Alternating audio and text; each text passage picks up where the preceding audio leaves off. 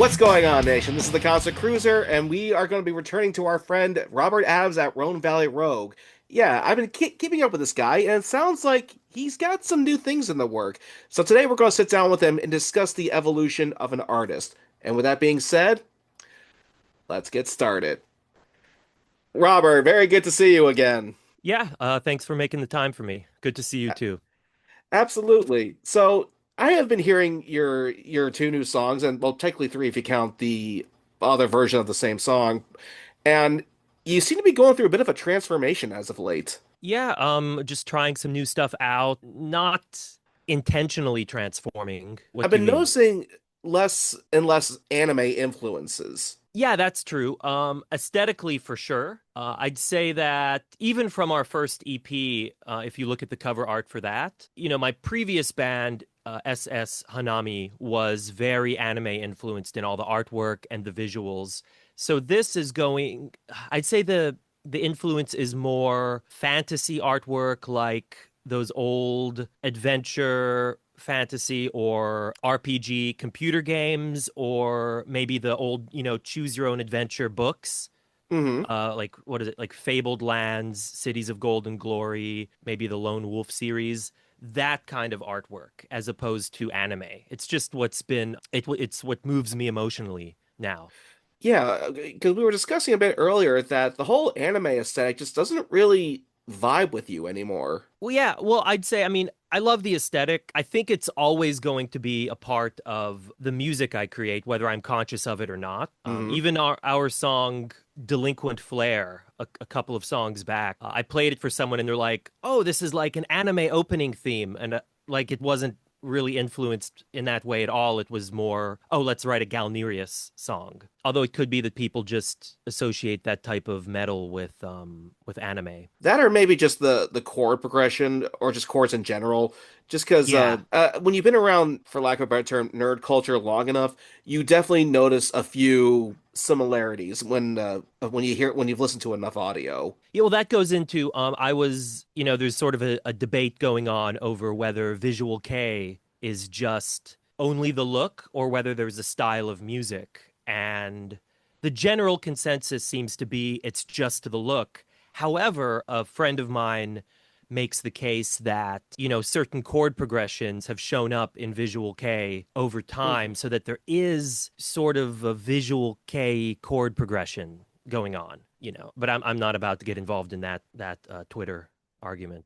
I heard both your songs, and one of them, Villain Arc, really seems to take inspiration from not the what we'll call the Saturday morning cartoon villain, but rather a more dramatic villain. Can you fill us in on this song? Yeah, that song, just lyrically, very much as you said, it's written from the perspective of someone who is kind of looking to step outside of, the warm circle of firelight that is society, Hmm. and to kind of go outside to seek solitude or some other kind of fellowship in the cold, away from people. Yeah, because I also noticed with the last line, it seems like this guy doesn't really want to be surrounded by people. However, he enjoys the creations of people. So he seems a little perplexed about, does he really want to stay human, be with these people or not? Yeah, that line. No, I don't much care for people, but I like the things they make. I think all of us can relate to that,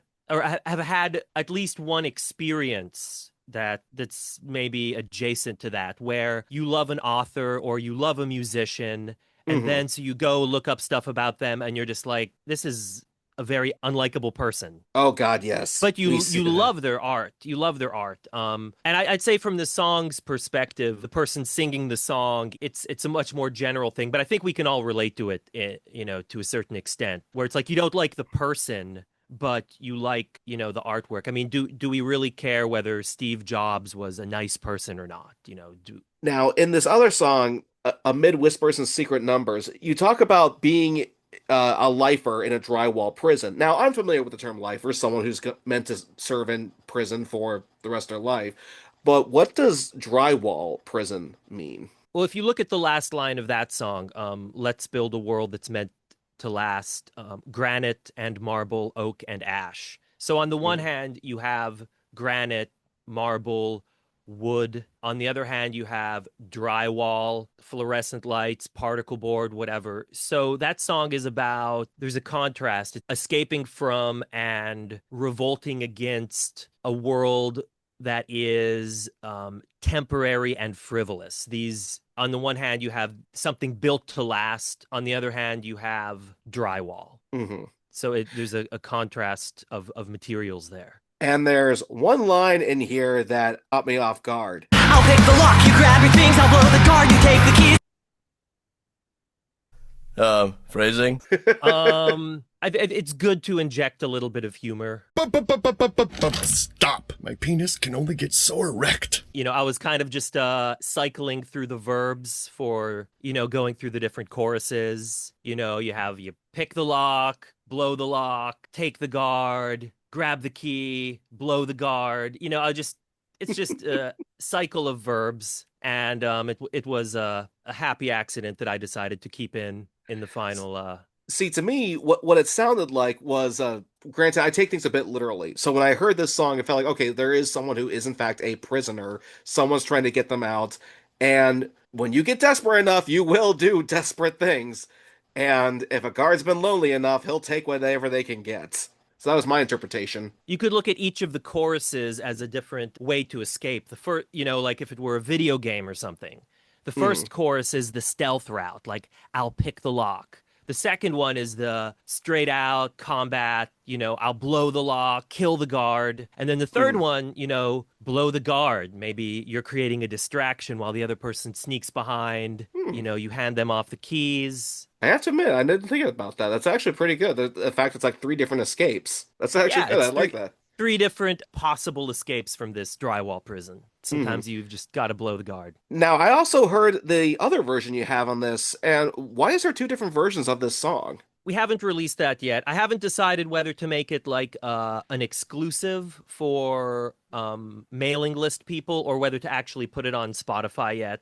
Maybe by Hmm. the time this interview comes out, I will have figured that out. But Alan Duché mastered the song. He sent us two different versions, which he's done before. Sometimes he'll send a version 1A and a version 1B. Hmm. And we ultimately went with version 1B for Hmm. the general release of the song. I think both David and I thought it was just better for the main release, but there were some details in V1A that came across in the koto part and in the vocals that kind of got sanded off, rounded out in V1B. So even though I feel like V1B, the regular release is a little more balanced, maybe, Hmm. there are things in V1A that I really didn't want listeners to miss. And so I was just like, yeah, maybe, I got the go ahead from Alan to put that version out as well. So it's just a Yeah, little rougher, more, not rougher, like more, a little more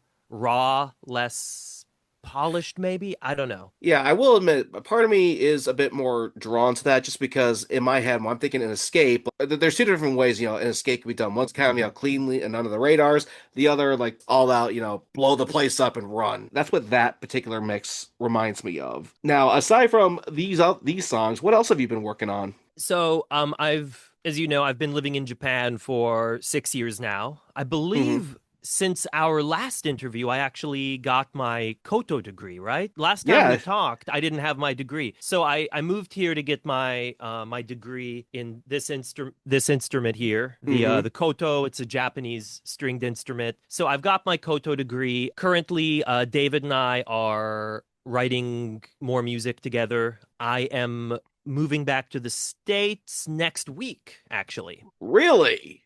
Yes, the so by the time this interview comes out, yes, I will be stateside. So what was it that wanted to bring you back? Well, I accomplished what I came here to do, Hmm. which was to get the Koto degree, and then I stayed a couple more years, got a wine certification, played some good concerts and stuff, and I felt it was time. Hmm. That is part of you a little tired of living over there in Japan? Because, like I said, you've been there for 6 years. That's a long time. Not tired, not the way some people get a little cynical and they talk about oh, when you move overseas, the honeymoon phase is over and you realize I guess it is good. It's better to leave the party a little early rather than to overstay your welcome. Hmm. So there are things one thing with living overseas, especially with there's a visa barrier, there's all the paperwork, there's all this stuff you have to think of. So like another example, I want to work in wine and spirits because that's Hmm. another interest of mine. And just going through the visa regulations for that and then looking at how much money I can make here in Japan versus in the States, especially with the yen thing. There were a lot of factors that played into it. It's not just one thing. Another thing, I haven't seen my mother in 6.5 years, and she really misses me. Yeah, because I remember you were telling me that when you moved to Japan, you applied to be an English teacher, but when you want to get into wine, you couldn't actually do that. You could only do what you applied for. Yeah, I mean, you have to tell immigration if you have to apply for an activities outside of your area of whatever. Hmm. Or you can switch your visa over to something different. And for me, I looked at what I would have had to do for that, and I just thought it's a good time to move on to another chapter. What would you say was probably the most rewarding experience you had over there? Oh, see, there are different ways to evaluate experiences. One of the coolest experiences I had was getting to play Koto at NHK Hall as part of my school's 110th anniversary. That was Oh, back wow. in 2023. So I mean, NHK Hall, Gact has played on that stage, and it's such a phenomenal venue, and I was getting to perform with such amazing musicians. Now, on the moment to moment happiness meter, whatever that was an incredibly stressful experience. And I was not enjoying that in the moment because I'm sitting Seiza style, so my legs are going numb. There was a full day dress rehearsal the day before. As far as in the moment rewarding enjoyment, I would say some of the wine tastings I got to go to, hanging out with friends. In my share house, one of my housemates, a Japanese guy, he makes his own ramen noodles, like his own flour and stuff. And then Oh, wow. I got to make ramen with him and drink Chablis, and he brought the ramen, and that was an amazing experience. Were they okay with an American joining them in this performance, or did they want to try to keep it strictly Japanese? For the NHK Hall show, I mean, they had people coming from Brazil, they had people coming from all these Oh, different countries. oh, So wow. that's not an issue. Actually, I don't think my race has ever been an issue as far as, or my race or my nationality or anything has ethnicity, whatever you want to say, has been an issue as far as koto playing goes. I just always wondered if Japanese people find it a bit obnoxious when they see a bunch of Westerners like decked out in Japanese attire, be it pop culture or traditional, and see them get so gung ho about a culture that they were never a part of. I've always kind of been curious about that. Well, I can't speak. I wouldn't presume to speak for Japanese people, but my experience has been it's not really an issue. So, when I'm teaching private English lessons, I might Hmm. tell someone that I play koto and they go, "Whoa, I've actually never seen a koto." And I'm a Japanese person. How did you find out about koto? There's never been a judgmental or a gatekeeping thing. That's really good to know. Just because because you and I have been to our fair share of conventions and Comic Cons, and I just sometimes kind of, look around and I see people get so hyped up about things from Japan. I'm like, do you even know what life is like there? So I've often just kind of wondered, like, how do they personally feel about it?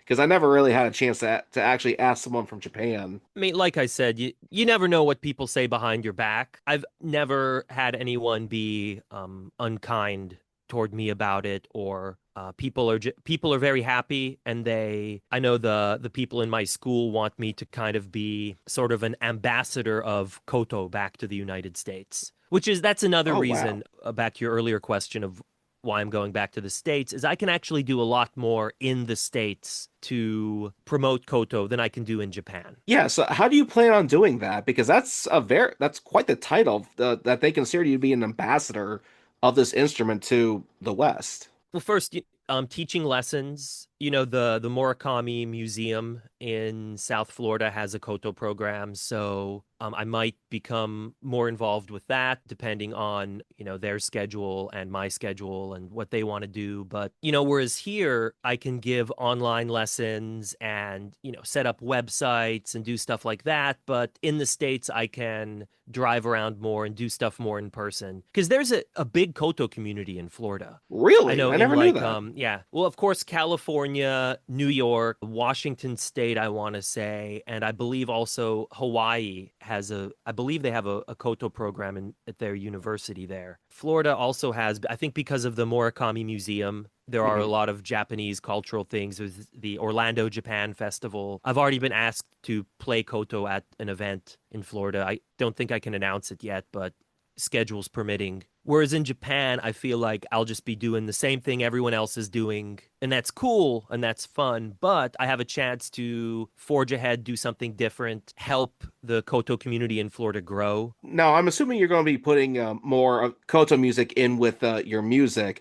And with the direction that you're taking your music now, do you still plan on having the Koto in there? Yes, well, I mean, there was Koto in Amid Whispers and Secret Numbers, but it was just a textural thing. Yeah. The next song is very the koto is playing the main melody in the next song. In fact, there are two kotos. So Hmm. it's the next song we're working on is actually it sounds kind of like Malice Miser, but instead, they had sort of the dueling guitars. They had the two guitars sort of playing Yeah. melodies off one another. So it's like that, but with two kotos, Oh, basically. wow. And there are several koto solos in that song.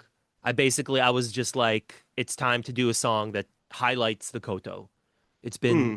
been a bit too long. I haven't done one of those since Do you plan on SS doing one Hanami. that do you plan on doing one that like incorporates metal just because it's like oil and vinegar. It's not going to mix, but just so what? Do it anyway. Well, I'd say it mixes. Like, I mean, Wagaki Band does it great, in my opinion. Hmm. There are bands who have done it well. It's like an ingredient. If you're cooking, you can't just, I love peanut butter and jelly sandwiches and I love sashimi, but I don't necessarily want a peanut butter and jelly sashimi platter. Hmm. And it's easy to just write stuff in a Japanese scale on and put it to rock guitar and add koto, but it doesn't really add anything to the music. So, that's why, like, even in SS Hanami, which was super, anime focused, we only had koto in maybe a third of those songs because, you don't want to force something in where it doesn't belong. As you said, I don't react quite as strongly to the anime aesthetic as I did Yeah. 6 years ago before I moved to Japan. So to kind of do an anime band wouldn't, or an anime aesthetic band wouldn't appeal to me so much. Now, you've always had an eye for a look. So whenever it comes time for Rogues to play live, is there a certain look you want to go for? I mean, yeah, we are this clandestine society that operates from the shadows. Actually, I might wear this thing on stage because it's very comfortable and I can move around in it on heists. So if I were to break someone out of their drywall prison, I would be wearing this. It actually suits you. You look good in it. I like it. I think the brand is Civerize, but I'd have to check. Now, seeing as you're coming back, I think it's worth asking what was perhaps the worst experience you had there? I'd have to think about that. Probably tripping on the stairs coming up to my share house and knocking my two front teeth out. Ooh, jeez. Um, But what about that the was Japanese terrible. way? Yeah, but what about the Japanese way of life though? Because it's such a different way of living out there that I'm pretty sure you had to fall under the whole like stupid Japanese laws. The thing is, with the internet and so many subreddits dedicated to life in Japan and so many YouTube channels dedicated to topics about life in Japan, there aren't really any surprises. You know what you're Hmm. going to get into. Everybody's heard the discussion about people not wanting to sit next to foreigners on a train. That didn't happen to me much. I'd have people sit next to me all the time. But again, that's my personal experience. I know other people have problems with that. There's one situation where I think a friend and I were denied access to a bar because we were foreigners, Hmm. but it could have just been they were close to closing time. So, but that kind of stuff does happen. The worst part is some of the discourse around living in Japan. I will say that you can only have like these topics I'm bringing up. You can only have so many conversations about them before it just gets tedious. Hmm. And a lot of people fall into one of two camps where they will either excuse everything that Japan does or they see racism everywhere. Hmm. Like every bad interaction they've had, every time that someone gave them a strange look or someone turned the wrong way on the away from them on a train or didn't let them in a place, they see racism. Sometimes these two extremes and both of them can be kind of obnoxious. Hmm. Did you ever get a chance to try Universal Studios Japan over there? I did not. I did not go to Universal. I did not Ah, go to Disney. Never how been can you to, no. how can you not, man? I don't, I think I've been to Universal in Florida maybe once. I just don't care. Oh, dude, you are missing out. We have a third park now, and it's got Mario. They still That's have what, Jaws over there. Come on. they got rid of Jaws in the Florida one. I know Oh, what? that was a big attraction. What? When did you go, man? They got rid of him like in the early 2000s. I haven't been to Universal in the 2000s. Oh my God, dude, you missed out on so much. I'm gonna have a lot of fun bringing you up to speed when you get back. No, it's probably going to be another 6 years before I go to Universal, but Oh, I have ways of I getting you. what I are these ways? I got a friend who works there and give you a comp ticket. Okay. I was like, okay, now you have my attention. No, but also I'm just because I'm a big horror fan. I love Halloween Horror Nights, and in the third park, they opened up a section dedicated to their classic monsters, where Danny Elfman did the music for that section of the park. Oh, now Halloween Horror Nights is something I would be interested in. It's something I've always wanted to go to, but living in South Florida when I did, I always went to that other one. What's the other one that's like on the fairgrounds? It's like Oh, I know what you're talking about. I I always never went got to there. that one. I only went to that thing once, and not because it was bad or anything. It was a regional thing or a local thing, I should say. And for these local ones, you got to give them a lot of credit. They work with the budget that they have, and unlike with Halloween Horror Nights, you're not taking a giant conga line in there. You get to go group by group, so you get better, you get more scares that way. Yeah, well, I first I love that whole aesthetic. That's why off topic, but that's why House of a Thousand Corpses by Rob Zombie is one of my favorite movies, horror movies, because it captures that um the feeling of that kind of Halloween experience, that kind of haunted house. I remember I went dressed up as Shuichi from Gravitation one Halloween, and all of the male scare actors were hitting on me. It was I was That's surprised. I mean, you don't think heartland of Florida that, you're going to get a lot of that, and do they like celebrate Halloween over there in Japan? oh yeah, in fact recently there's been, the big Shibuya Halloween party happens every year. Hmm. But there's a huge Shibuya Halloween party that happens every year. It's like a huge thing. If you look up pictures of it, everyone goes. And as far as public events go, it's Japan, so things don't get too out of control. I think one year they flipped a car or something. But Jeez.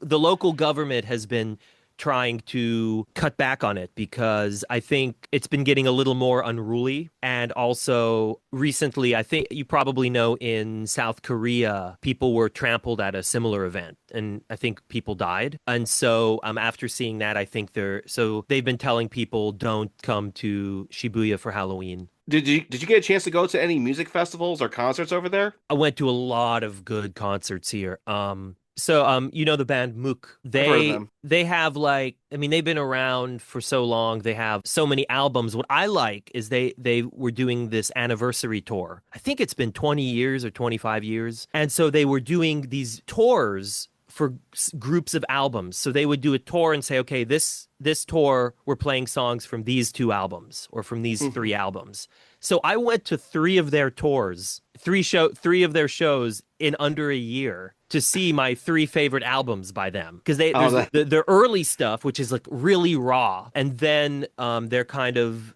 more middle era, which I got to see, and their stage setup was just so perfectly, it fit each era so perfectly. The venues, the stage setup.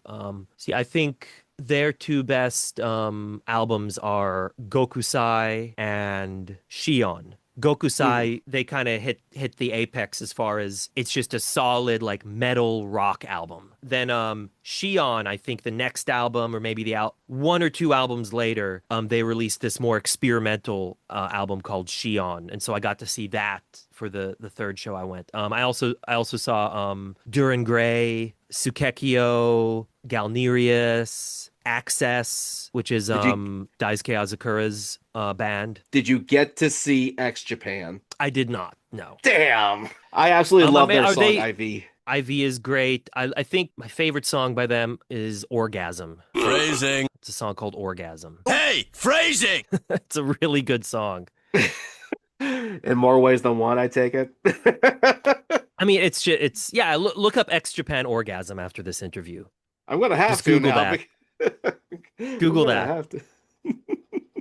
I'm gonna have to. That's a great song. But yeah, usually if people are like, "What's your favorite X Japan song?" I say, Rusty Nail," because you don't want to tell people. But Rusty Nail is probably my second favorite X Japan. Rusty Nail might be my favorite X Japan song. I know that's a basic take. Now, what's something about Japan you think you're gonna miss? I'm going to miss the food, of course. The food is amazing. I mean, I'm going to miss the Nihonshu or sake, Japanese sake, just how inexpensive it is to get really good Nihonshu.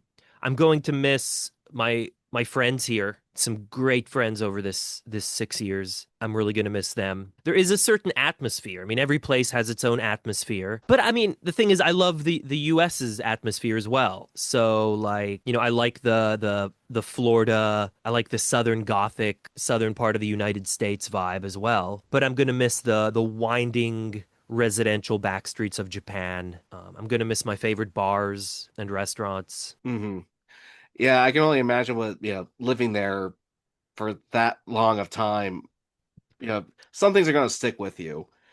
I mean, there are some things about, Western New York when I lived up there that, still stick with me. I still miss the town ballroom, which was my local venue that I went to. I saw so many great bands there.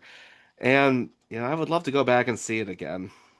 Yeah, I did. I got to see Gakt's 25th anniversary concert on 4th of July, which is his birthday. Mm-hmm. He was in Nishiku, Yokohama, and that I was in the ticket said fifth row, but like the first three rows were blocked off, so I was actually in the second row.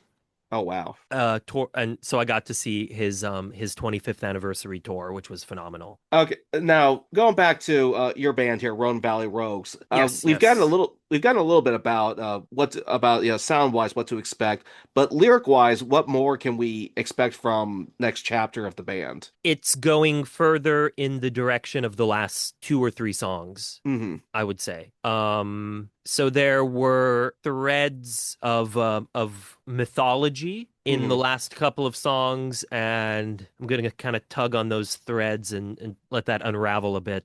Get into a bit, reveal a little about what's going on behind the scenes with the concept of the rogues and some of the artwork and the story, because I don't like when artists explain it too much. An example, I love Gakt. He had this whole mythology where his albums, Moon and Crescent, were all linked, and you could tell the songs were written from the perspectives of different characters and fit into this greater story. That I like. I wasn't so crazy about it when he revealed the entire backstory and the origins of the vampires and all of that. I didn't care so much for that. So I'm going to be very selective with how much I reveal But the next song for sure is going to shed a little more light on the story and the mythology of the Rogues. One thing I actually would like to see you do for Rhone Valley Rogues, because you're talking about the story and the mythology, Hmm. is one trend that actually has been that I personally love that I've been seeing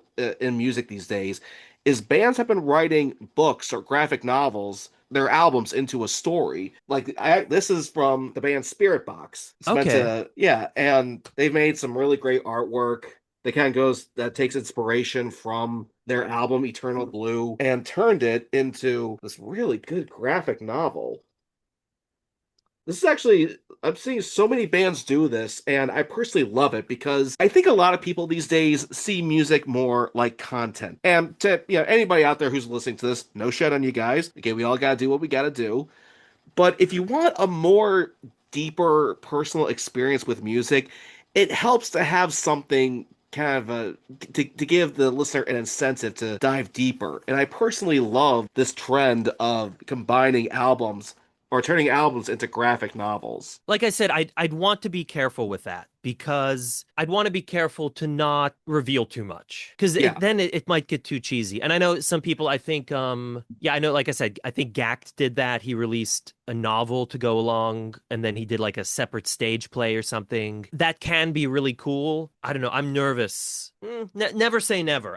That could happen. There is a story to be told. It's like with a computer game or something, they'll have a whole design document and only this much makes it into the game. Hmm.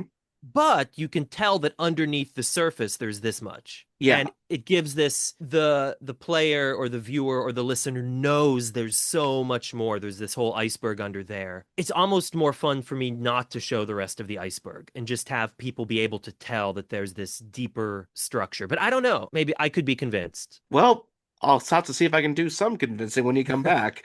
This concept has been around forever, but I've really just started getting involved with this band Coheed and Cambria. And by involved, I just mean getting into their fandom because that's what they do with every album. Every album is basically, they have a graphic novel that goes with it. And the singer-songwriter Claudio Sanchez said he always had a hard time expressing himself, so he created this story, characters to kind of go into detail about his life and what he eventually sings about, and it's quite phenomenal. I personally love it, and I can see you doing that with Rhone Valley Rogues, and also, like you say, make sure you keep it, vague enough. I mean, some people want to explain, others don't. That's totally fine. But again, I just think to kind of help show people that there's more to music than just being content, it helps if you give the listener an incentive. And I think, these books and graphic novels are it. I said in our last interview years ago now, and I still feel the same way. To me, the music is an entry point into another world. And that's what I Mhm. loved about bands like Malice Miser. I remember listening to Coheed and Cambria. I liked their music and I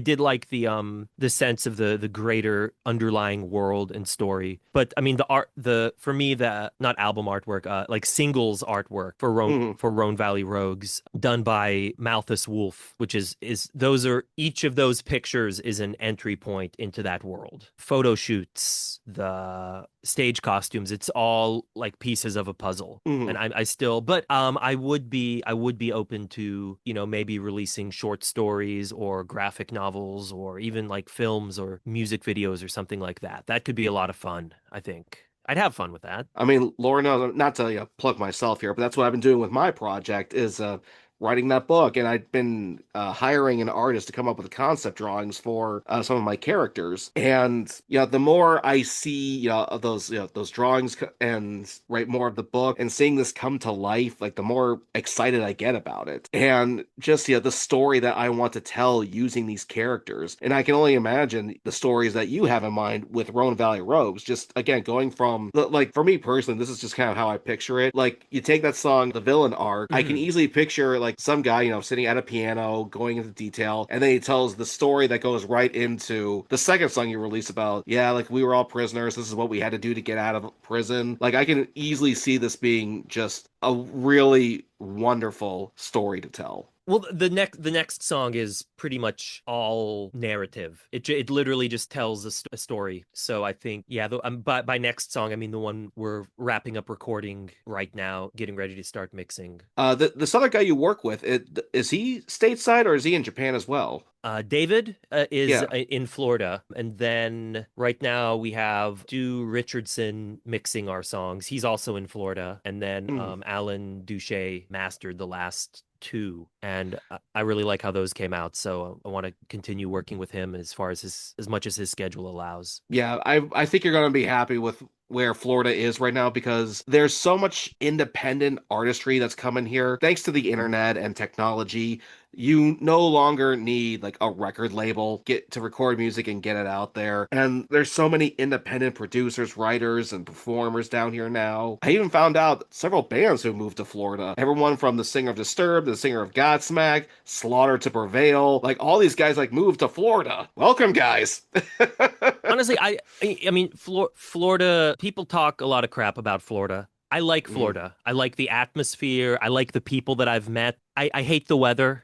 I hate the heat and humidity. But I mean, that's how summers are here anyway. So Mhm. it was what summer solstice was what, like 1 or 2 days ago. Mhm. So it's the next few weeks are going to be, scorching hot. But other than that, I love Florida. I've met some great musicians there. So I'm not, people are like, you're moving back to Florida? I'm like, yeah, Florida's great. Yeah, and besides, like we find ways to adapt down here anyway. Just like even like the concert scene down here is booming. Like so much has moved down here that yeah, everything is just right at your fingertips. So it's Yeah. definitely good to hop on that when you can. With Rhone Valley Rogues, yeah, which I'm definitely looking forward to. I'm seeing what you create with it. What would you say is perhaps the goal you want to accomplish with Rhone Valley Rogues? I mean, the generic answer is to make good music, make music Hmm. that we like. And I think my philosophy for that is the same, which is, to find the best version of yourself. It's that the winemaking thing. With wine, you're looking for the grape to express the characteristics of a particular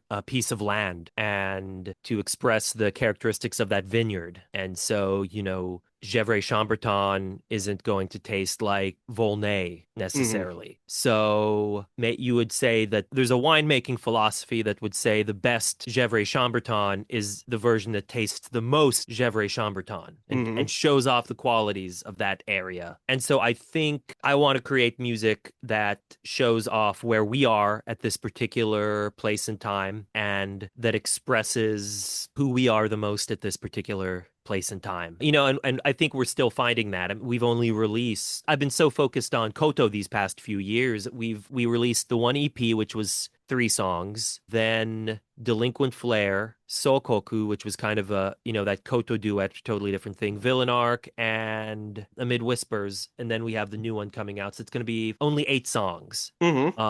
And I feel like I was talking with David, and we feel like we're like honing in on our sound now after like 8 songs of kind of circling, trying different things. I think we're honing in onto what the Rhone Valley Rogues sound is. I'm definitely looking forward to it. And I'm also looking forward to having you back stateside, man. There's a lot that you Yeah, missed out on. I'm looking forward to hanging out. Yeah, it'll be great. Again, to anyone wanting to move to Japan, I would say do it. Give it a try if you can. It's a good place to live, especially for a few years. Again, if you want to live here longer, there's permanent residency and long-term visa issues can be something you have to contend with. But to come over here for 1 to 3 years, I mean, again, I've been here for 6.5 years. If you're thinking about it, I would definitely say take the plunge. And again, you're not going to run into many surprises. There are so many subreddits and YouTube channels about life in Japan and how to deal with, cultural issues you might come up with. And that's why, when I was a little reluctant to answer the question, what's the worst experience you've had in Japan? Just because there's so many people talking about that kind of stuff. Hmm. And there is a certain type of disillusioned, burnt out foreigner who's been living here and will tell you all their horror stories. That's not where I'm coming from. I'd say 98% of my experiences here have been good. And I mean, and I've been dealing with, the traditional Japanese music scene. So that's where I'm coming from. I don't know, maybe in other industries it's different. All right, we're going to be really great to finally have you back, Robert. I'm sure you got lots of stories to tell, and music to produce, wine to make, or test, I should say. Yeah, I'm And not ready to make wine yet. I'm not going the Maynard James Keenan route just yet. When I say I want to get into wine and spirits, I mean get in more into sales, working in that industry. That's my other passion. If you can't tell, I try to fit wine into every answer that I can. okay, Robert, definitely give me a call when you're back. Will do. I'll have a different phone number, so if you see any strange numbers, that might be me. All right, see you soon, Robert. Take care. See ya. Bye. Take care.